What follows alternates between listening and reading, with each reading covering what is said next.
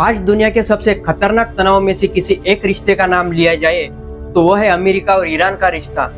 एक तरफ दुनिया की सबसे ताकतवर महाशक्ति अमेरिका है तो दूसरी तरफ मिडल ईस्ट की सबसे प्रभावशाली ताकतों में से एक ईरान है।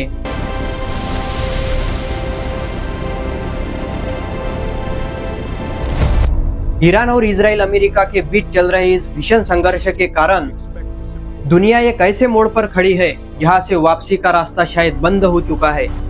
ईरान और इजराइल अमेरिका के बीच इस भीषण युद्ध शुरू होने के पीछे कोई एक कारण नहीं है बल्कि घटनाओं की एक लंबी चेन है।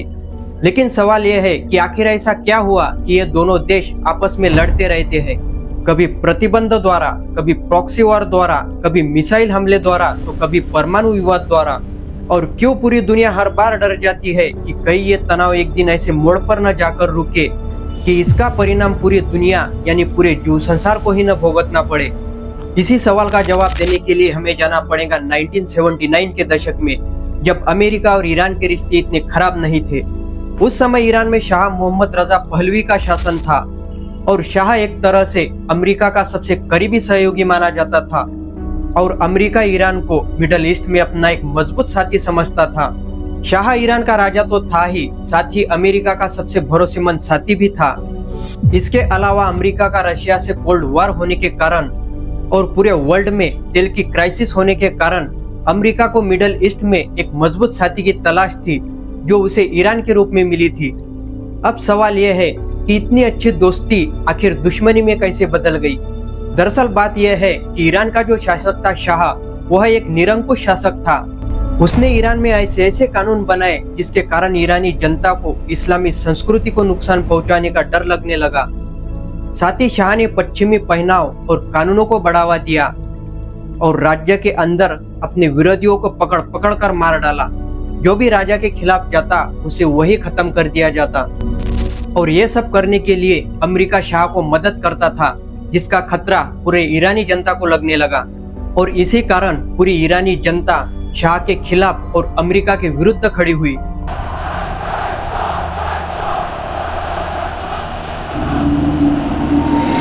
इसके सिवा आंतरिक दंगे, हिंसा और धरने शुरू हुए। देखते देखते इन्हीं कारणों से ईरान में ईरानी इस्लामी क्रांति हुई। यह क्रांति शाह मोहम्मद रजा पहलवी के पश्चिमी समर्थन और तानाशाही शासन के खिलाफ थी, जिसके बाद जनता ने शाह को उखाड़ फेंका क्योंकि राजा शाह पूरी तरह अमेरिका के इशारों पर ही नाचता था। इसके बाद ईरान में इस्लामी गणराज्य की स्थापना ईयर 1979 में की गई, जिसका नेतृत्व मुख्य रूप से आयतुल्लाह रूहुल्लाह खुमैनी ने किया और यहाँ से ही ईरान के अमेरिका के साथ दोस्ती के संबंध दुश्मनी में तब्दील हो गए।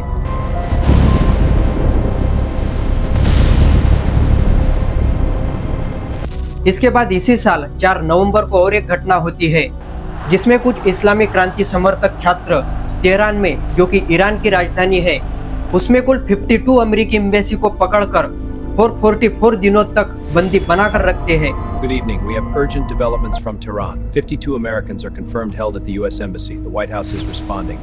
यह घटना सिर्फ एक घटना तक सीमित नहीं रही थी, बल्कि यह पूरी दुनिया के सामने अमेरिका की प्रतिष्ठा पर सीधा वार करती है। अमेरिका ने अपने नागरिकों को छुड़ाने के लिए ईगल क्लॉ नामक ऑपरेशन किया, पर वह सफल नहीं हो पाया। इसी कारण जिमी कार्टर अपना चुनाव हार जाते हैं। इसके बाद अमेरिका के राष्ट्रपति रोनाल्ड रीगन के शपथ लेने के कुछ ही मिनटों बाद बंधकों को रिहा किया जाता है और इसी कड़वाहट की आग आगे आने वाले संकट में दिखाई देनी शुरू होती है, क्योंकि जब इराक का सद्दाम हुसैन 1980 में ईरान पर हमला कर देता है, तब अमेरिका अपने नागरिकों का बदला लेने के लिए इराक को पर्दे के पीछे से मदद करता है, जैसे उपग्रह तस्वीरें और सैन्य गतिविधियों की जानकारी देना शुरू कर देता है। इसका मतलब यह था कि अमेरिका सीधे मोर्चे पर नहीं लड़ रहा था, बल्कि इराक को युद्ध जीतने में मदद जरूर कर रहा था। और देखते देखते ये युद्ध करीब 8 साल तक चला और फारस की खाड़ी उस समय युद्ध का अखाड़ा बन गई थी, जहां तेल के टैंकरों पर हमले एक आम बात हो गई थी। और उस समय अमेरिका को यह डर भी लगने लगा था कि कहीं ईरान की इस्लामिक क्रांति पूरे मिडल ईस्ट में न फैल जाए। पर यहाँ तक आते आते ईरान समझ चुका होता है कि अमेरिका पूरे ईरान को कमजोर करना चाहता है।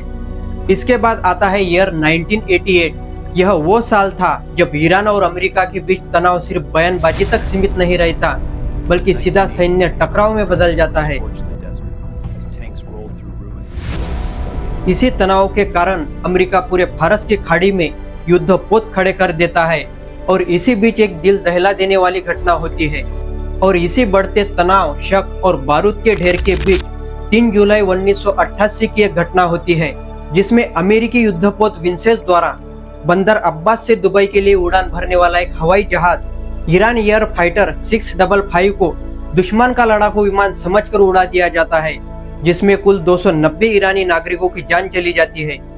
और उस समय फारस की खाड़ी का पानी सिर्फ तेल से ही नहीं, बल्कि ईरान और अमेरिका के बीच सीधे टकराव की आग से भी उबल रहा था। यह घटना ईरान की सामूहिक स्मृति में आज भी जिंदा है। ये विमान हादसे की कड़वाहट अभी तक कम ही नहीं हुई थी कि 1990 के दशक में अमेरिका ने ईरान पर कड़े प्रतिबंध लगाने शुरू कर दिए। इल्जाम यह था कि ईरान आतंकवाद को बढ़ावा दे रहा है। इस दौर में रिश्ते बद से बदतर होते चले गए और भरोसे की कोई उम्मीद नहीं बची थी। अब मामला सिर्फ पुराने गुस्से का ही नहीं था, बल्कि अब अमेरिका को लगने लगा था कि ईरान सिर्फ उसका विरोधी ही नहीं, बल्कि पूरे मिडल ईस्ट में अस्थिरता फैलाने वाला एक आतंकवादी देश बन चुका है। अविश्वास इतना बढ़ गया था कि 2002 में अमेरिकी राष्ट्रपति ने ईरान को एक्सिस ऑफ इविल का हिस्सा बना दिया, यानी बुराई फैलाने वाला देश कहा।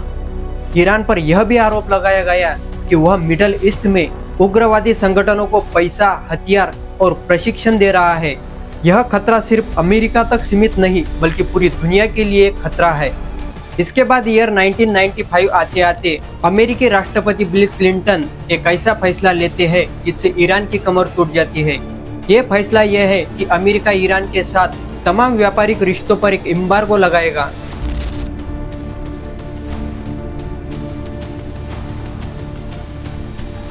अब कोई भी अमेरिकी कंपनी न तो ईरान से तेल खरीद सकती थी, न ही उनके साथ व्यापारिक संबंध रख सकती थी। इस प्रतिबंध ने ईरान को दुनिया की सबसे बड़ी अर्थव्यवस्था से पूरी तरह बाहर कर दिया। पर यह सिर्फ कूटनीति नहीं थी, बल्कि यह एक आर्थिक युद्ध की शुरुआत थी, जिसका असर आज भी ईरान के बाजारों और वहां की जनता पर साफ देखने को मिलता है। फिर आता है साल 2000। यहाँ तक आते आते अमेरिका और पश्चिमी देशों को ये शक होने लगता है कि ईरान गुप्त रूप से परमाणु हथियार बनाने की कोशिश कर रहा है। इसके बाद 2002 में ईरान का विपक्षी दल national council of resistant of Iran America के वाशिंगटन डीसी में एक प्रेस कॉन्फ्रेंस करके पूरी दुनिया को बताता है कि ईरान नतांज और अरक जैसे परमाणु ठिकान चला रहा है।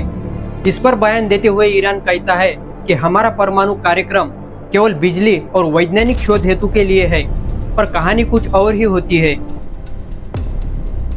और फिर यहाँ से ही पूरी दुनिया चौंक जाती है और अंतरराष्ट्रीय समुदाय इसकी कड़ी निंदा करता है। इसके सिवा संयुक्त राष्ट्र की परमाणु एजेंसी तुरंत इस मामले की जांच शुरू कर देती है। इसके बाद संयुक्त राष्ट्र, अमेरिका, यूरोप और कई सारे देशों की नजर ईरान पर टिक जाती है और साथ ही ईरान पर अंतरराष्ट्रीय दबाव भी बढ़ जाता है। 2003 में अमेरिका ने इराक पर एक हमला कर दिया, जिसमें सद्दाम हुसैन की सरकार गिरा दी। जो कभी ईरान का दुश्मन था, उसे सत्ता से हटा दिया गया। लेकिन इराक में जो सत्ता खाली हुई, वहाँ ईरान समर्थित शिया समुदाय मजबूत होने लगा। यानी इराक जो कभी ईरान का दुश्मन था, अब वह रिश्ता दोस्ती में बदलने जा रहा था। यानी अब ईरान और अमेरिका सीधे तौर पर नहीं, बल्कि प्रॉक्सी वॉर द्वारा एक दूसरे से लड़ रहे थे।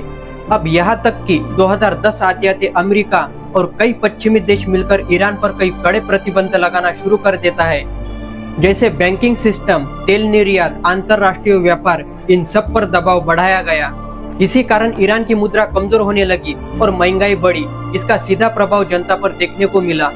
इसके बाद आता है साल 2015, यानी 2002 से चला आ रहा यह तनाव आखिर 2015 पर जाकर रुकता है, जब दुनिया के सबसे ताकतवर देश एक मंच पर दिखते हैं। क्योंकि 2015 में ईरान और अमेरिका के बीच दशकों पुरानी दुश्मनी में पहली बार एक बड़ा मोड़ आता है। दुनिया की 6 बड़ी ताकतों के बीच एक ऐतिहासिक परमाणु समझौता किया जाता है, जिसे joint comprehensive plan of action कहा गया। इस समझौते के तहत ईरान अपने परमाणु कार्यक्रम पर कई सीमाएं स्वीकार करता है और इसके सिवा यूरेनियम संवर्धन को सीमित करने, कई सेंट्रीफ्यूज हटाने और अंतरराष्ट्रीय परमाणु एजेंसी को अपने परमाणु ठिकानों की निगरानी की अनुमति पर भी सहमति देता है। और इसके सिवा अमेरिका और पश्चिमी देश ईरान पर लगे कई आर्थिक प्रतिबंध हटाने का वादा करती है। अब इसका ये मतलब था कि ईरान को तेल बेचने, अंतर्राष्ट्रीय व्यापार करने और अपनी अर्थव्यवस्था को मजबूत करने का एक मौका मिला था। अब शायद दुनिया को लगने लगा था कि 1979 के बाद पहली बार ईरान और अमेरिका के बीच की दुश्मनी दोस्ती में बदलने जा रही है। लेकिन ये उम्मीद ज्यादा समय तक टिक नहीं पाई और जल्द ही अमेरिका 8 मई 2018 को इस न्यूक्लियर डील से बाहर निकलता है और फिर ईरान पर कई कड़े आर्थिक प्रतिबंध लगाए जाते हैं, जैसे तेल निर्यात पर दबाव बढ़ाया, बैंकिंग, व्यापार, शिपिंग और डॉलर लेन देन पर रोक लगा देता है और साथ ही ईरान पर मैक्सिमम प्रेशर कैंपेन शुरू किया जाता है। शुरुआत में ईरान ने डील बचाने की खूब कोशिश की। उसने यूरोप से भी उम्मीद की इस डील को बचाने की, पर कुछ फायदा नहीं हो पाया। इसके बाद ईरान ने भी अपनी न्यूक्लियर लिमिट्स तोड़नी शुरू कर दी, क्योंकि ईरान भी समझ चुका था कि ये डील कागज पर ज्यादा और जमीन पर कम दिख रही है। 3 जनवरी 2020 को अमेरिका इराक की राजधानी बगदाद में एक ड्रोन हमला करता है, जिसमें ईरान का सबसे ताकतवर सैन्य कमांडर जनरल कासिम सुलेमानी मारा जाता है। कासिम सुलेमानी सिर्फ एक सैनिक ही नहीं था, बल्कि ईरान की क्वाड्स फोर्स का एक प्रमुख भी था, जो पूरे मिडल ईस्ट में ईरान के प्रभाव का सबसे बड़ा चेहरा था। इस घटना के केवल 5 दिन बाद ही, यानी 8 जनवरी 2020 को ही ईरान इराक में मौजूद अमेरिकी सैन्य ठिकानों अल असद और इरबिल पर कई बैलिस्टिक मिसाइलों से हमला कर देता है। ये पहली बार था जब ईरान ने सीधे तौर पर अमेरिकी ठिकानों पर खुलेआम हमला किया था। अब दोनों देशों के बीच सीधे सैन्य टकराव की रेखा पार हो चुकी थी, क्योंकि 2015 की न्यूक्लियर डील पहले ही कमजोर हो चुकी थी और अमेरिका इससे बाहर निकल चुका था। और ईरान भी 2020 के बाद इस न्यूक्लियर डील की शर्तों को मानना लगभग बंद कर देता है और धीरे धीरे यूरेनियम इनरिचमेंट बढ़ाना शुरू कर देता है और न्यूक्लियर एक्टिविटीज को तेज कर देता है। लगभग जिस डील ने कभी युद्ध रोकने की उम्मीद दी थी, अब वह लगभग मृत हो चुकी थी। फिर आता है साल 2021, जिसमें अमेरिका के नए राष्ट्रपति जो बाइडेन ईरान को साफ संकेत देते हैं कि अगर ईरान अपने न्यूक्लियर शर्तों को मानता है तो अमेरिका भी न्यूक्लियर डील में वापस आ सकता है। इसके बाद कई महीने वियना टॉक चली, पर इसमें सबसे बड़ी कमी थी भरोसे की। यहाँ ईरान का कहना था कि अमेरिका पहले ही वादा तोड़ चुका है और अमेरिका का कहना था कि ईरान बहुत आगे बढ़ चुका है। फिर आती है तारीख 7 अक्टूबर 2023, जिसमें हमास इजराइल युद्ध शुरू होता है। इस युद्ध में अमेरिका इजराइल का पूर्ण रूप से समर्थन करता है। अमेरिका चाहता है कि मिडल ईस्ट में उसकी और उसके साथियों की, खासकर इजराइल की ताकत बनी रहे, और ईरान चाहता है कि वह खुद इस क्षेत्र की एक बड़ी ताकत बने और अमेरिका इजराइल का विरोध करे। इसी टकराव से दोनों देशों के बीच लगातार युद्ध जैसी स्थिति बनती रही है। अमेरिका इजराइल का सबसे बड़ा समर्थक देश है और ईरान इजराइल को अपना सबसे बड़ा दुश्मन मानता है। ईरान कहता है कि उसका परमाणु कार्यक्रम शांतिपूर्ण है, जैसे बिजली, रिसर्च आदि के लिए, और अमेरिका और पश्चिमी देश डरते हैं कि कहीं ईरान परमाणु शक्ति राष्ट्र न बन जाए। इसी कारण अमेरिका ने ईरान पर कई कड़े आर्थिक प्रतिबंध लगाए और इनमें से न्यूक्लियर प्रोग्राम सबसे बड़ा कारण है। और इन्हीं सब कारणों से अगले 3 साल यानी 2023, 24 और 25 में अमेरिका की मैक्सिमम प्रेशर प्रणाली द्वारा ईरान की अर्थव्यवस्था पूरी तरह नाजुक अवस्था में चली गई। लेकिन ईरान इसके सामने झुका नहीं और उसने अपने प्रॉक्सी गुटों हमास, हिजबुल्ला और हुतियों के जरिए अमेरिका और उसके सहयोगी इजराइल पर दबाव बनाना जारी रखा। गाजा युद्ध के बाद तो हुतियों ने लाल सागर में अंतर्राष्ट्रीय जहाजों पर कई हमले शुरू कर दिए, जिससे फारस की खाड़ी समुद्र की लहरों की तरह आग से उबलती रही। 2024 आते आते तो तनाव अपने चरम पर पहुंच चुका था, क्योंकि ईरान ने पहली बार अपनी धरती से इजराइल पर हमले किए थे और इसके बाद 2024 का अप्रैल महीना आते आते इजराइल सीरिया स्थित ईरानी दूतावास पर हमला करता है। और फिर आता है 12 दिनों का युद्ध, जिसमें इजराइल ईरान के परमाणु केंद्रों और मिसाइल लॉन्च पैड्स पर भीषण हवाई हमले करता है और दावा करता है कि ईरान परमाणु हथियार बनाने के बहुत करीब पहुंच चुका है। इसके पलटवार में ईरान इजराइल के तेल रिफाइनरी और एयरबेस को निशाना बनाता है, जिसके कारण दुनिया में और एक बार तेल की क्राइसिस देखने को मिलती है। फिर आती है तारीख 28 फरवरी 2026, जिसमें अमेरिका और इजराइल ईरान के तेहरान में ऑपरेशन इपिक फ्यूरी द्वारा बमबारी करते हैं, जिसमें ईरान के supreme leader ayatollah Ali Khamenei मारे जाते हैं। खामेनी के जाते ही ईरान में सत्ता की जंग छिड़ जाती है, जिसमें एक तरफ उनके बेटे मुस्तफा खामेनी होते हैं तो दूसरी तरफ IRGC के ताकतवर जनरल। इन्हीं कारणों से तेहरान की गलियां रणांगण बन गई और ईरान के भीतर इस गृह युद्ध ने अमेरिका और इजराइल को वो मौका दे दिया जिसका इंतजार वो दशकों से कर रहे थे और आखिरकार आयतुल्ला खामिनी के बेटे मुस्तफा खामिनी इस शतरंज के खेल से बाहर निकलते हैं और 8 मार्च 2026 को ईरान के सुप्रीम लीडर बनते हैं और अमेरिका इजराइल के पलटवार में ईरान अपना हुर्मुज जलडमरू मध्य को बंद कर देता है, जिससे पूरी दुनिया की तेल क्राइसिस बढ़ जाती है। आयतुल्ला खामिनी की मौत के बाद ईरान 40 दिनों की शोक की घोषणा करता है और इजराइल और खाड़ी देशों में स्थित कई अमेरिकी सैन्य ठिकानों पर सैकड़ों बैलिस्टिक मिसाइलों और ड्रोन से हमला करता है। यानी इस युद्ध का असर सिर्फ मिसाइलों तक सीमित नहीं था, बल्कि तेल, गैस, शिपिंग और पूरी वैश्विक अर्थव्यवस्था पर असर करता है। यानी ईरान के सुप्रीम लीडर के मौत की कीमत पूरी दुनिया चुका रही है, क्योंकि हार्मुज जलडमरू मध्य बंद होने से विश्व की 20% तेल सप्लाई ठप हो चुकी है। ये युद्ध भले ही ईरान की धरती पर चल रहा है, पर इसकी आग हर इंसान के घर तक पहुंच चुकी है। आज 2026 तक ईरान वो ईरान नहीं रहा जो कल तक था, जिसने परमाणु डील के तहत कई कड़े प्रतिबंध स्वीकार किए थे, बल्कि अब ईरान वो देश बन चुका है जिसके सुप्रीम लीडर के पास अब खोने के लिए कुछ भी नहीं बचा है। हमने इतिहास में ऐसे कई युद्ध देखे हैं, जब दुश्मन अपनी तमाम हद पार करता है तब उसका विनाश निश्चय हुआ है। आज की परिस्थिति भी कुछ ऐसी बनी है जिसमें ईरान अमेरिका को खुली चेतावनी दे रहा है। इतिहास हमें सिखाता है कि युद्ध में कोई विजेता नहीं होता, बस युद्ध समाप्त होने के बाद लाशों के ढेर गिने जाते हैं। ईरान और अमेरिका के बीच की यह दुश्मनी सिर्फ दो देशों के बीच की लड़ाई नहीं है, बल्कि यह ताकत, सत्ता, परमाणु हथियार, तेल और मध्य पूर्व राजनीति की वो जंग है जिसने पूरी दुनिया को बार बार युद्ध के सामने खड़ा किया है।